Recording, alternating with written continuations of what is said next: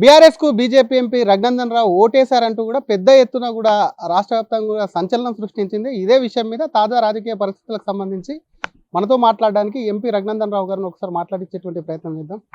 Sir, నిన్న MLA ఏ party ఎమ్మెల్యేనే ఇంకా confirm లేదు, కానీ బీఆర్ఎస్కు ఓటేశారన్న చర్చ అనేది కూడా బాగా, ఎందుకంటే బీఆర్ఎస్ను ఏడు చేస్తున్నటువంటి రఘునందన్ బీఆర్ఎస్కు ఓటేశారని చర్చలకు వచ్చింది. ఏం జరిగింది సార్, అసలు ఎందుకు ఓటేసి? అంటే రాష్ట్ర పార్టీ నుంచి చాలా స్పష్టంగా స్థానికంగా ఉన్నటువంటి పరిస్థితుల దృష్ట్యా, అక్కడ అవసరాల దృష్ట్యా, పార్టీ మనుగడ కోసం ఎక్కడెక్కడ ఎట్లా అవసరాలు ఉంటే దాన్ని బట్టి నిర్ణయం తీసుకోమని చెప్పి రాష్ట్ర పార్టీ నుంచి మన రాష్ట్ర పార్టీ అధ్యక్షుల వారు ఇన్స్ట్రక్షన్స్ ఇవ్వడం జరిగింది. ఇస్నాపూర్ మున్సిపాలిటీ లోపల నా మీద మెదక్ పార్లమెంట్ సభ్యునిగా కాంగ్రెస్ పార్టీ నుంచి పోటీ చేసినటువంటి నీలం మధు గారి శ్రీమతి, అక్కడ నీలం కవిత గారు కౌన్సిలర్గా గెలిచి అక్కడ మున్సిపల్ చైర్మన్ కావడానికని ఒక ప్రయత్నం జరుగుతూ ఉంది. ఆ సందర్భం లోపల పటాన్చెరు ఎమ్మెల్యే గారు వచ్చి నన్ను ప్రత్యేకంగా విజ్ఞప్తి చేసి, అన్న మీ ఒక్క ఓటుతోటి పటాన్చెరు లోపల ఇస్నాపూర్ మున్సిపాలిటీ మా వైపు వస్తుంది అని చెప్పి పర్సనల్గా విజ్ఞప్తి చేసినప్పుడు, ఆయన కాంగ్రెసా టీఆర్ఎసా, ఆయన ఏ పార్టీలో ఉన్నాడో ఆయనకే తెలియని ఎమ్మెల్యే కాబట్టి సరే ఎమ్మెల్యే గారి విజ్ఞప్తి మేరకు పోయి ఓటు వేయడం జరిగింది. రాజకీయంగా కాంగ్రెస్ పార్టీకి సంబంధించినటువంటి వాళ్ళు కాబట్టి అక్కడ ఉన్నటువంటి నీలం మధు నా మీద ఎంపీగా పోటీ చేసినటువంటి, కాంగ్రెస్ పార్టీ నుంచి ఎంపీగా పోటీ చేసినటువంటి అభ్యర్థి శ్రీమతి అక్కడ ఉంది కాబట్టి మీకు తెలుసు, కాంగ్రెస్కి భారతీయ జనతా పార్టీకి ఇది పెద్ద భూతద్దల్లా పెట్టి చూడాల్సినటువంటి అంశం కాదు. అక్కడ ఉన్నటువంటి స్థానిక పరిస్థితుల దృష్ట్యా అది ఆ సంఘటన అట్లా నిర్ణయం తీసుకోవాల్సి వచ్చింది. బీఆర్ఎస్ను బొంద పెడతాను, బీఆర్ఎస్ శత్రువు, బీఆర్ఎస్ సంబంధించిన నేతల మీద ఎప్పుడైనా, ఇప్పుడు అధికారంలో కాంగ్రెస్ ఉన్నప్పుడు బీఆర్ఎస్ అనే పదం ఏంటంటే చిర్రెత్తిపోయే రఘునందన్ రావు ఏకంగా బీఆర్ఎస్కు ఓటేయడం అనేది అంత ప్రాధాన్యత ఎందుకు ఇచ్చారన్నదే చర్చిస్తారు. రాజకీయాల్ని రోజు ఒకే కొలమానంలో కొలవలేరు.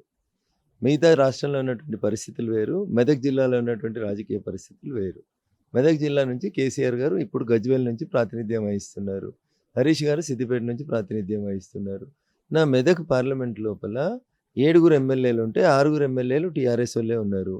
ఈ జిల్లాలో టీఆర్ఎస్ బతికితే రాష్ట్రం మొత్తం బతుకుతుంది. మరి నిన్న కరీంనగర్లో యువరాజ్ అని చెప్పుకునేటువంటి కేటీఆర్ గారు, కరీంనగర్ పార్లమెంట్ పరిధిలో ప్రాతినిధ్యం వహించేటువంటి కేటీఆర్ గారు నిన్న పోయి మరి బీజేపీకి అనుకూలంగా మేయర్ రావడం కోసం వాళ్ళ కార్పొరేటర్లని అబ్సెంట్ చేయించిండు కదా. అది బీఆర్ఎస్ బీజేపీ బంధం అంటారా?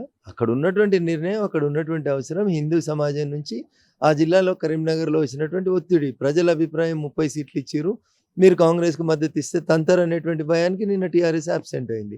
నా జిల్లాలో నేను ఎప్పుడు చంపాలనుకున్నా ముందు చంపాల్సింది టీఆర్ఎస్ పార్టీనే. చంపడం అంటే వ్యక్తుల్ని చంపడం కాదు, రాజకీయంగా టీఆర్ఎస్ పార్టీని ఖతం చేయడం నా ఉద్దేశం. దానికే కట్టుబడి ఉన్నాను. మీరు మైపాల్రెడ్డి టీఆర్ఎస్ ఎమ్మెల్యే అనుకుంటారో కాంగ్రెస్ ఎమ్మెల్యే అనుకుంటారో నాకు తెలియదు. నా మీద పోటీ చేసినటువంటి నీలం మధు అనేటువంటి కాంగ్రెస్ క్యాండిడేట్ శ్రీమతి అక్కడ ఉంది. వాళ్ళని రాజకీయంగా అక్కడ ఏం చేయాలో ఏం చేయకూడదో నాకు అక్కడ ఉండేటువంటి అవసరాలు నాకు ఉంటాయి. దానికి మీరంతా ప్రశ్నించాల్సిన అవసరం ఉంది. రాష్ట్రంలో అన్ని మున్సిపాలిటీలలో అట్లే జరగలేదు కదా. There is no whip. మా రాష్ట్ర అన్ని మున్సిపాలిటీలో మీ కాలర్ ఆయన ఎక్కిండి ఎమ్మెల్యే, ఆయన బీఆర్ఎస్ ఎమ్మెల్యేని ఎక్కిండా కాంగ్రెస్ ఎమ్మెల్యే ఎక్కిండే, ఒక ఎమ్మెల్యే ఒక ఎంపీ కార్ ఎక్కి చాలాసార్లు ఎక్కుతారు. అఫీషియల్ మీటింగ్స్కి పోయినప్పుడు చాలాసార్లు ఒకటే కార్లో పోతాం. దాన్ని తప్పు పట్టాల్సిన అవసరం ఏముంది అంటున్నా. టీఆర్ఎస్ అనే పార్టీ ఈ రాష్ట్రంలో కొన్ని దౌర్భాగ్యకరమైనటువంటి సిచ్యువేషన్స్ని తీసుకొచ్చింది. ఒక పార్టీ ఎమ్మెల్యే ఇంకో పార్టీ ఎమ్మెల్యేతో ఎంపీతో కలిసి కారెక్కరా? మరి మేము పార్లమెంట్కి పోయేటప్పుడు కొంతమంది వేరే పార్టీ ఎంపీలు కూడా వచ్చి అలా సాంసద్ జారైనా అంబి అదే నెక్తారు. దాంట్లో తప్పట్టే. బిల్లు ఉన్నప్పుడు ఆ కారెక్కిన పార్టీకి సపోర్ట్ చేస్తారా సార్? పార్లమెంట్లోకి వెళ్ళి సిచ్యువేషన్ సపోర్ట్ చేసినాం వస్తే ఆ సిచ్యువేషన్ అట్లా ఇక్కడ మీరు ఓటేసారన్నదే ప్రాధాన్యత అంటారు. కొన్ని సందర్భాల్లో కాంగ్రెస్ ఎంపీలు మేము చెప్తే అబ్సెంట్ కంటే అవుతారు. ఏముంటుంది అందులో? దేశ హితం కోరినటువంటి బిల్లు వచ్చినప్పుడు అడుగుతాం. మేము మాతో బాగా సంబంధాలు మెయింటైన్ చేసేటువంటి వైఎస్ఆర్సీపీ ఎంపీలను, తెలుగుదేశం ఎంపీలను ఒక బిల్లు వస్తున్నప్పుడు మాకు మద్దతు ఇయ్యండి, మీరు ఇలా అబ్సెంట్గా అంటే అవుతారు. ఏముంటుంది అందులో? రాజకీయ అవసరాలు వేరు, దేశం అవసరాలు వేరు. పొలిటికల్ పార్టీల పంచాయతీ కాదు కదా ఇది. అక్కడ మున్సిపాలిటీలో ఎవరు గెలవాలి ఎవరు గెలవకూడదు అనేది అక్కడ ఒక పంచాయతీ. దాంట్లో నా రాజకీయ ప్రత్యర్థి ఉన్నాడు అక్కడ.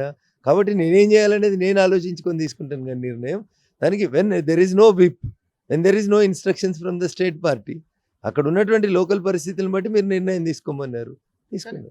రామచంద్రరావు నిన్న చెప్పిండు ఆల్రెడీ విప్పు జారీ చేసినాం చాలా చోట్ల, ఎట్టి పరిస్థితుల్లో మెంబర్లకు ఉండదు సార్. విప్ అనేది గెలిచినటువంటి కౌన్సిలర్లు కార్పొరేటర్లకు మాత్రమే విప్ వర్తిస్తుంది.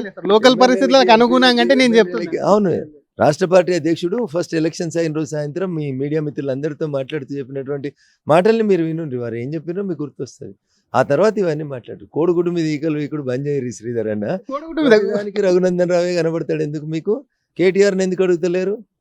ఎందుకు అడుగుతలేరు అంటున్నా. కరీంనగర్లో ఎందుకు అబ్సెంట్ అయినావు కేటీఆర్ అని అడుగు. మిగతా అన్ని జిల్లాలలో ఎందుకు అబ్సెంట్ కాలేదు బీజేపీకి అనుకూలంగా అని అడుగు. ఆదిలాబాద్లో ఇచ్చిరా మరి?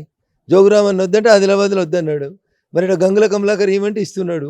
ఆడ నారాయణపేటలో అవసరం ఉంది, ఆడ ఇయ్యి. చాలా చోట్ల మాకు అవసరం ఉంది, ఇచ్చేసేరి మరి బేషరతు. కామారెడ్డిలో అవసరం ఉంది, ఇచ్చేసేరి బేషరతుగా. కామారెడ్డిలో టీఆర్ఎస్ సపోర్ట్ చేస్తే బీజేపీ మున్సిపల్ చైర్మన్ అవుతాడు. ఎందుకు ఇస్తలేడు కామారెడ్డిలో? సిరిసిల్ల కామారెడ్డి 10 కిలోమీటర్లే, కరీంనగర్ అన్న 40 కిలోమీటర్లు అవుతుంది. కానీ కామారెడ్డిలో మేయర్ మున్సిపల్ చైర్మన్ గెలవడానికి టీఆర్ఎస్ కౌన్సిలర్ అబ్సెంట్గా మేము అయిపోతాం. మరి ఆడగావు, సపోర్ట్ చేయవు. ఒక కరీంనగర్లోనే ఎందుకైనావు? యాడైతే మీ అయ్యి వచ్చి ఇందుగాళ్ళు బొందుగాళ్ళు అన్నారో ఆడ ఇవ్వకపోతే ఇందుగాళ్ళు బొందుగాళ్ళు తంతరన్న బాధకి ఇచ్చినవా, లేదు బీజేపీ మీద ప్రేమ కొద్ది ఇచ్చినవా? ఎందుకు ఇచ్చినవో చెప్పాలి కదా. మీరేమనుకుంటున్నారు? ఏమన్నా జరిగింది అనుకుంటున్నారా? బీజేపీ మీద ప్రేమ ఉన్నది ఏం జరుగుతుంది అంటున్నా. నేను చెప్తున్నా కదా, ఇందుగాళ్ళు బొందుగాళ్ళు అని తిట్టిన గడ్డ మీద బీజేపీ వాళ్ళకి మద్దతు ఇవ్వకపోతే తంతరు హిందువులు అని చెప్పి భయానికి అన్ని మూసుకొని పడుకున్నాడు కేటీఆర్. రేపు కామారెడ్డిలో కూడా సిచ్యువేషన్ తీసుకొస్తాం, ఆదిలాబాద్లో వస్తుంది, నారాయణపేటలో కూడా వస్తుంది. ఈ రాష్ట్రంలో టీఆర్ఎస్ ఏదో మీడియా మేనేజ్మెంట్ చేసుకొని నీలాంటి వాళ్ళతో ఇట్లా రఘునందన్ ఎట్లా టార్గెట్ చేయాలి, పొద్దుగాలైతే నోరు ఉన్నాడు కాబట్టి రఘునందన్ నోరు మూయించుకోవాలనుకుంటుర్రు. అది జరగని పని. రఘునందన్ బరాబరి పార్టీ లైన్లోనే ఉన్నాడు. పార్టీ ఏం చెప్పిందో గదే చేస్తాడు. స్థానిక అవసరాల దృష్ట్యా నిర్ణయం తీసుకోమన్నారు కాబట్టి తీసుకున్నాం. రఘునందన్ రావు బీఆర్ఎస్ ను చంపుతాడు అనుకుంటే బీఆర్ఎస్ కే దగ్గర అవుతున్నాడని అనుమానాలు కూడా కొంత వ్యక్తం అవుతుంది. ఇవన్నీ మీడియాలో ఏం పని లేనటువంటి మా మీడియా మిత్రులకు ఉన్నటువంటి తొందరపాటు చర్యలు. మీ మీద ప్రేమ కూడా ఉంది సార్, అందుకే మీరే. నేను ఏమంటున్నా, సరే ప్రేమ ఉన్నదా? ప్రేమ ఎక్కువైనా కష్టమే, కోపం ఎక్కువైనా కష్టమే మనుషులకి. టీఆర్ఎస్ పార్టీని ఎంతో అంతో రాజకీయంగా రోజు పొద్దున్న లేస్తే ఈ రోజు కూడా విమర్శించినా, తిట్టినా, కథం చేయాలని చూసినా అది రఘునందనే చూస్తున్నాడు. నా జిల్లాలో నా పరిస్థితి అది. నా జిల్లాలో టీఆర్ఎస్ బతికితే నేను బతకలేను. కాబట్టి కంపల్సరీ టీఆర్ఎస్ని కథం చేయాలి, చేస్తాను. అది దాంట్లో ఏముంటుందన్న? ఎవరు ఏమనుకుంటే నాకేముంటుంది? పొత్తులకు సంబంధించి ఒక దగ్గర బీజేపీ, ఇంకో దగ్గర కాంగ్రెస్తో పెట్టుకోవడం అనేది కొంత ఎందుకు అంటే మీరే కాదు ప్రతి చోట అట్లనే ఉన్నది. కౌన్సిలర్లకి స్థానికంగా ఉండేటువంటి వ్యక్తిగత అవసరాలు ఉంటాయి. ఇప్పుడు కౌన్సిలర్ అభ్యర్థి ఒక దగ్గర చైర్మన్ అభ్యర్థి మీద పోటీ చేసి ఓడిపోతాడు, గెలుస్తాడు. మళ్ళీ అదే పార్టీకి సంబంధించినటువంటి ఇంకో చైర్మన్ అభ్యర్థికి ఎట్లా మద్దతు ఇవ్వగలుగుతారు చెప్పండి? ఆ ఊర్లో ఉన్నటువంటి పరిస్థితులు, ఆ మున్సిపాలిటీలో ఉన్నటువంటి పరిస్థితుల్ని గమనంలోకి చేసి తీసుకోవాల్సినటువంటి అంశాలు కాదు. పార్టీ ఒక విప్ ఇచ్చి ఉంటే బరాబర్ బీజేపీ నాయకులు, కార్యకర్తలందరూ పార్టీ విప్కి అనుకూలంగానే ఉంటారు. మంచి మెజార్టీతో గెలిచినటువంటి రఘునందన్ రావు ఎందుకు ఒక్క మున్సిపల్ చైర్మన్ పీఠం కూడా కైవసం చేసుకోలేరంటే ఏం చెప్తారు మీరు? ఇప్పుడు మంచి మెజారిటీతో గెలిచిన రఘునందన్ దగ్గర 6 బీఆర్ఎస్ ఎమ్మెల్యేలు ఉన్నారు, ఒక్క కాంగ్రెస్ ఎమ్మెల్యే ఉన్నాడు. అరే 84 సర్పంచులు గెలిస్తే మీకు వార్త రాయడానికి మనసు రాదు. 100 మంది ఉప సర్పంచులు గెలిస్తే వార్త రాయడానికి మీకు మనసు రాదు. ఇవాళ కూడా మోర్ దెన్ 25 కౌన్సిలర్లు గెలిచినాం, దానికి వార్త రాయడానికి రాదు. 2 వైస్ చైర్మన్లు గెలిచినాం, ఇంకొకటి వాయిదా వేసినాం. ఇవాళ దానికోసం కూడా ప్రయత్నం చేస్తూ ఉన్నాం. ఇవి మీకు కనబడవు. జిన్నారం మున్సిపాలిటీ వైస్ చైర్మన్ గెలిచినాం, అది రాయరు. నర్సాపూర్ మున్సిపాలిటీ వైస్ చైర్మన్ గెలిచినాం, అది రాయరు. రఘునందన్ రావు 2 వైస్ చైర్మన్లు గెలిచిండు, అది రాయరు సార్. అందుకే చెప్తున్నా ఏ పార్టీతో పొత్తుతో అనేది అందుకే వచ్చింది. 25 కౌన్సిలర్లు గెలిచిండు, దాని గురించి మాట్లాడుండ్రి. ఇంతకుముందు 4-5 ఉన్న కౌన్సిలర్లని ఇవాళ 25 కౌన్సిలర్లకు పెంచిండు రఘునందన్ అని రాయిండ్రి. పాజిటివ్ వార్తలు కనబడకపోతే బాధ అనిపిస్తుంది అన్న. చాలా పాజిటివ్ ఉంది జిల్లా అంతా. రఘునందన్ రావు గెలిచిన తర్వాత 84 మంది సర్పంచులను గెలిపించుకున్నాడు, 100 మంది ఉప సర్పంచులను గెలిపించుకున్నాడు, 25 మంది కౌన్సిలర్లను గెలిపించుకున్నాడు, 400-500 మంది వార్డు మెంబర్లను గెలిపించుకున్నాం. తప్పకుండా 2 మున్సిపాలిటీలలో వైస్ చైర్మన్ గెలుచుకున్నాం. మా అన్ని చిన్న మున్సిపాలిటీలు అన్న. అందుకని 12, 16, 18, 20 ఇట్లా కౌన్సిలర్లు ఉన్న కాడ చాలా క్రిటికల్ సిచ్యువేషన్స్ ఉంటాయి. మేము డబ్బులు ఆశించినంత ఖర్చు పెట్టలేకపోయినాం, జనం ఆశించినంత ఖర్చు పెట్టలేకపోయినారు మా నాయకులు. అందుకని కొన్నిసార్లు స్థానిక సంస్థల ఎన్నికలలో ఫలితాలు నేను బ్యాడ్ అంటలేను, ఆశించినంత రాలేదనేది నా ఉద్దేశం. నర్సాపూర్ బీజేపీకి చేజిక్తుండే అని కొంత అవకాశాలు ఉండే అని అన్నారు. ఏం జరిగింది సార్ అక్కడ? అవకాశం ఉండేనా బీజేపీకి? ఎట్లా ఇప్పుడు 6 సీట్లు కాంగ్రెస్ గెలిచింది, 5 సీట్లు టీఆర్ఎస్ గెలిచింది. టీఆర్ఎస్కి ఎమ్మెల్యే గారు ఉన్నారు అంటే టీఆర్ఎస్ 6 అయింది, కాంగ్రెస్ 6 అయింది. మేము గెలిచినవి 4 సీట్లు. ఎవరితోటో ఒకరితోటి కలిస్తేనే మాకు వైస్ చైర్మన్ వస్తుంది, లేకపోతే రావడానికి అవకాశం లేదు కదా. ఇట్లాంటి చోట్ల స్థానిక నాయకత్వానికి ఉన్నటువంటి రిఫ్ట్ ఏదైతుందో, అక్కడ ఉన్నటువంటి ఇతర పార్టీల నుంచి చైర్మన్ అభ్యర్థులు వస్తున్న వాళ్ళతో ఉన్న రిఫ్ట్ విషయంలో కొన్ని సందర్భాల్లో మా రాష్ట్ర అధ్యక్షుల వారు చాలా స్పష్టంగా ఒక మంచి నిర్ణయం చెప్పిండ్రు. స్థానికంగా ఉన్న పరిస్థితులను బట్టి నిర్ణయం తీసుకోమన్నారు. కౌన్సిలర్లు అక్కడ ఉన్నటువంటి వారికి ఉండేటువంటి ఇబ్బందుల దృష్ట్యా అక్కడ పార్టీ బతకాలంటే ఏం చేయాలనో దాన్ని దృష్టిలో పెట్టుకొని నిర్ణయం తీసుకుంటారు. నిజామాబాద్కు సంబంధించి ఏం చెప్తారు? లాస్ట్ టైం కూడా పాపం మీ చేయి నుంచి దూరం అయిపోయింది. మీ సహచర ఎంపీకి అంటే సంబంధించి టీఆర్ఎస్ కరీంనగర్లో సపోర్ట్ చేసినప్పుడు, టీఆర్ఎస్ కరీంనగర్లో అబ్సెంట్ అయ్యి భయపట్టినప్పుడు నిజామాబాద్లో కూడా అట్లే చేయాలి కదా. నిజామాబాద్లో కూడా ఇంకొక హిందూ మేయర్ అవ్వడానికి ఉన్నటువంటి అవకాశాన్ని టీఆర్ఎస్ పార్టీ కావాలని చేసింది. అంటే నిజామాబాద్కో న్యాయం, అక్కడ హిందువులకే భయపడ్డారు, నిజామాబాద్ హిందువులకు భయపడలేదంట. నిజామాబాద్కో న్యాయం, కామారెడ్డికో న్యాయం, కరీంనగర్కో న్యాయం, ఆదిలాబాద్కో న్యాయం, లేకపోతే నారాయణపేటకో న్యాయం ఎందుకు? Once you want to surrender, మీరు అన్ని చోట్ల సరెండర్ కావాలి.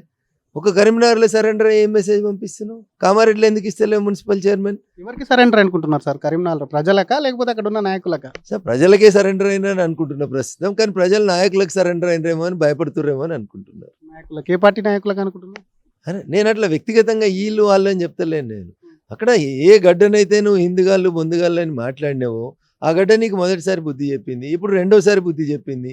నాకు తెలిసి భయానికే ఒకవేళ టీఆర్ఎస్ కార్పొరేటర్లు నిన్నటి మీటింగ్కి అటెండ్ అయ్యి కాంగ్రెస్ అన్ని మేయర్ చేస్తే జనం తంతరన్న భయానికే ఆగిరు తప్ప ఇంకొకటి ఏం లేదు. లీడర్ భయపడతాడంటే జనం తంతరంటేనే భయపడతాడు, మిగతా వాటికి దేనికి భయపడతాడు. సార్ ఓవరాల్గా వచ్చినటువంటి ఫలితాలు, బీజేపీ ప్రత్యామ్నాయం రాష్ట్రంలో అనుకుంటున్నటువంటి బీజేపీ ఫలితాల మీద సమీక్ష కానీ, అంటే బీఆర్ఎస్ ఆల్రెడీ మళ్ళీ వచ్చింది, బీజేపీ ఎక్కడుంది అని చెప్పి వాళ్ళు మాట్లాడుతుంటే రేవంత్ రెడ్డి కూడా అసలు బీజేపీ అనేది పోటీ కాదు, బీఆర్ఎస్ అనేది లేవదు అనే విధంగా మాట్లాడు. దానికి ఏం చెప్తారు? అన్న ఒక సంఘటనను చూసి ఏది పడితే అది మాట్లాడుకోవడం అనేది మూర్ఖత్వం అవుతుంది.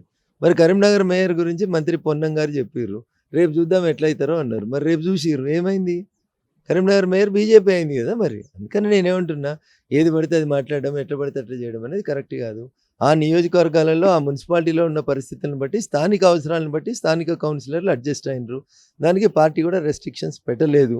ఒక రకంగా మా నాయకుడు రామచంద్రరావు గారిని ఈ సందర్భంగా అభినందించాల్సిందే.